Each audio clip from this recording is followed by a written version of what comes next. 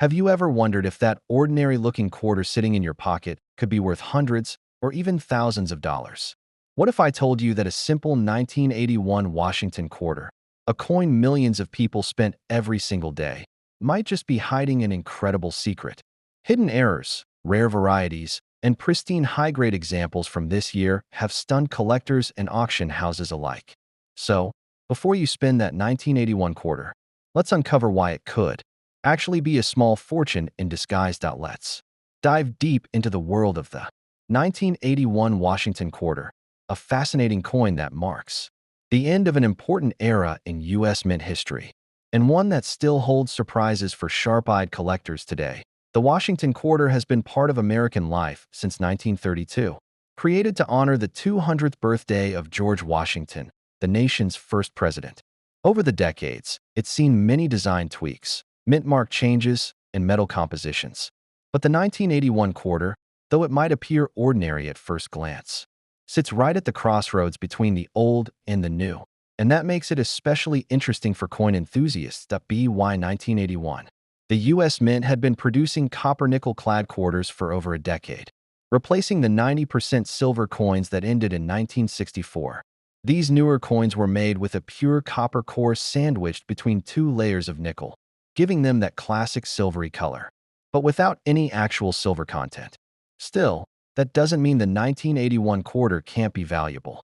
Far from it. Let's start with the basics. The 1981 Washington quarter was struck at three main mints: Philadelphia, Denver, and San Francisco. The Philadelphia Mint produced coins without a mint mark, while the Denver coins carry a small D beneath the motto, "In God We Trust," and the San Francisco Mint coins bear an S, typically indicating proof coins made for collectors. Now, here's where things get fascinating. Even though over 1.2 billion quarters were struck in 1981, only a small fraction of them have survived in pristine condition, and even fewer feature the minting errors that make collectors go crazy. Let's talk about those errors and varieties first, because this is where the real treasure lies. One of the most sought-after 1981 quarter errors is the off-center strike. When a coin is not properly aligned between the dies during minting, part of the design gets struck off the edge. The more dramatic the misalignment, the rarer and more valuable the coin. A slight off-center might bring $20 to $40. But if the date and mint mark are fully visible and the strike is significantly off, say 50% or more, that same coin could easily fetch over $200. Another rare and exciting error is the double die obverse. In these cases, the coin's design was accidentally struck twice with slight misalignment, creating visible doubling in parts of the lettering or numbers. On a 1981 quarter, look carefully at the words "Liberty," "In God We Trust," and the date, 1981. If you notice slight overlapping or doubling of the letters or numbers, you may be holding a valuable double die example worth anywhere from $100 to several $100s, depending on clarity and grade. Then we have repunched mint marks, found primarily on 1981 D quarters. During this period, mint marks were still hand-punched into the dies. Occasionally, the punch wasn't placed correctly the first time and had to be re-stamped, leading to visible overlapping marks. A clear repunched D mint mark can be worth between $50 and $200 depending on sharpness. Another fascinating mint error is the clipped planchet, when a coin is struck on a blank metal disc that wasn't fully cut out of the sheet. This creates a noticeable crescent-shaped missing area on the edge of the coin. Clipped planchet 1981. Quarters are quite collectible and can sell for $30 to $150 depending on size and visual appeal.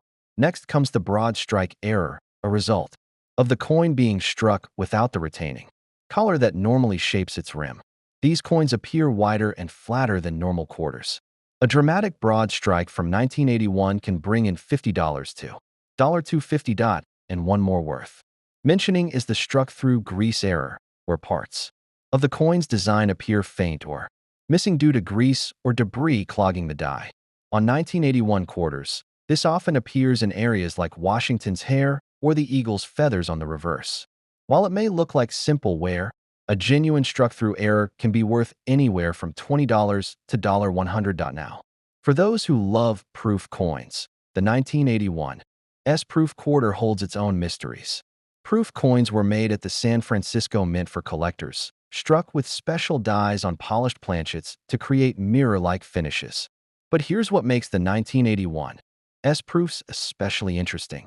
That year featured two distinct proof types known as Type 1 and Type 2. Type 1 proof quarters have a filled or blurry S mint mark, while Type 2 quarters have a much sharper, clearer S.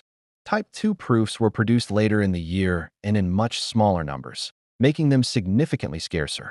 Today, a 1981 S-Type 1 proof might sell for around $10 to $20. But a Type 2 in pristine deep cameo condition can reach prices of $100 to $200 or even more for perfect PR70 graded examples. Now, beyond errors and proofs, condition, or grade, plays a massive role in value. Circulated 1981 quarters, the ones you'd find in pocket change, are usually worth only face value, 25 cents. But uncirculated examples, those that never entered circulation and have no signs of wear, can be worth much more. A 1981 quarter graded MS 65, for instance, might sell for around $10 to $20. In MS 66, that jumps to $50 or more. But in ultra-high grades like MS 67, values explode, sometimes surpassing $500 depending on demand and eye appeal. At a TMS 68, we're talking serious money. 1981D quarter graded MS 68 by PCGS once sold for over $2,500. That's right, $2,500 for a single quarter that most people would have spent on a gumball, and that's not all. The Philadelphia Mint coins, which have no mint mark, can also reach four-figure prices if perfectly preserved. These ultra-high-grade examples are so rare because most 1981 quarters were mass-produced for daily use and suffered contact marks or abrasions during minting, bagging, and transport. Finding one in flawless condition is like finding a needle in a haystack. So how can you tell if you found a high-value 1981 quarter? Start by checking for sharp details. Washington's hair should show crisp definition, and the eagle's feathers on the reverse should be clear. The coin's luster should be bright and even, with no major scratches or dull spots. If your coin looks stunning, consider sending it to a reputable grading service like PCGS, Professional Coin Grading Service, or NGC, Numismatic Guarantee Company. A graded coin carries certified authenticity and can be worth significantly more than an ungraded one. Now, let's take a look at some real auction examples to see how much these coins can actually sell for. A 1981 D Washington quarter graded MS 68 sold for $2,585 at a heritage auction. A 1981 P quarter in MS 67 red label PCGS holder went for $875. And even a 1981 S-Type 2 proof graded PR 70 deep cameo fetched nearly $200, simply because of its flawless strike and rarity. It's amazing to think how much these tiny details can change a coin's value from a few cents to thousands of dollars. But where can you find these valuable 1981 quarters today? Believe it or not, you still can. If you know where to look, start by coin roll hunting. Go to your local bank and ask for rolls of quarters. Carefully check each one under good lighting.